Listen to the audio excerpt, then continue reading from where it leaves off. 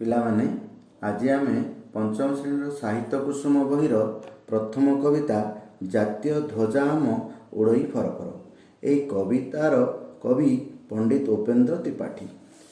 ପଣ୍ଡିତ ଉପେନ୍ଦ୍ର ତ୍ରିପାଠୀ 1903 ମସିହା ସେପ୍ଟେମ୍ବର ମାସ 10 ତାରିଖ ଦିନ ଜନ୍ମଗ୍ରହଣ କରିଥିଲେ।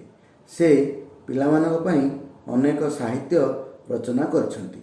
ସେମାନଙ୍କ ମଧ୍ୟରେ କୁହୁ କୁହୁ, ରୁଣୁଝୁଣୁ, ସୁଲୁ ସୁଲୁ, ଘଣ୍ଟି ଘାଗୁଡ଼ି, କଳା ବଉଦ, ଭାଇ ଭଉଣୀ, ମୁଷି ମାଉସୀ, ହଜିଲା ବଳଦ ଖୋଜିଲା ଠେଇଁ, ଡାଳରେ ମାଙ୍କଡ଼ ମାରୋଇ ଡିଆଁ, ଉଦୟ ଭାନୁ ଇତ୍ୟାଦି ପ୍ରଧାନ। 1994 ମସିହାରେ କବିଙ୍କର ଦେହାନ୍ତ ହୋଇଥିଲା।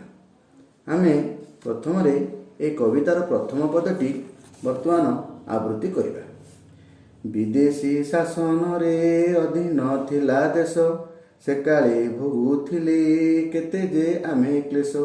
ସ୍ୱାଧୀନ ଆଜି ଆମେ କାହାକୁ ନାହିଁ ଡର, ଜାତୀୟ ଧ୍ୱଜା ଆମ ଉଡ଼ଇ ଫର ଫର।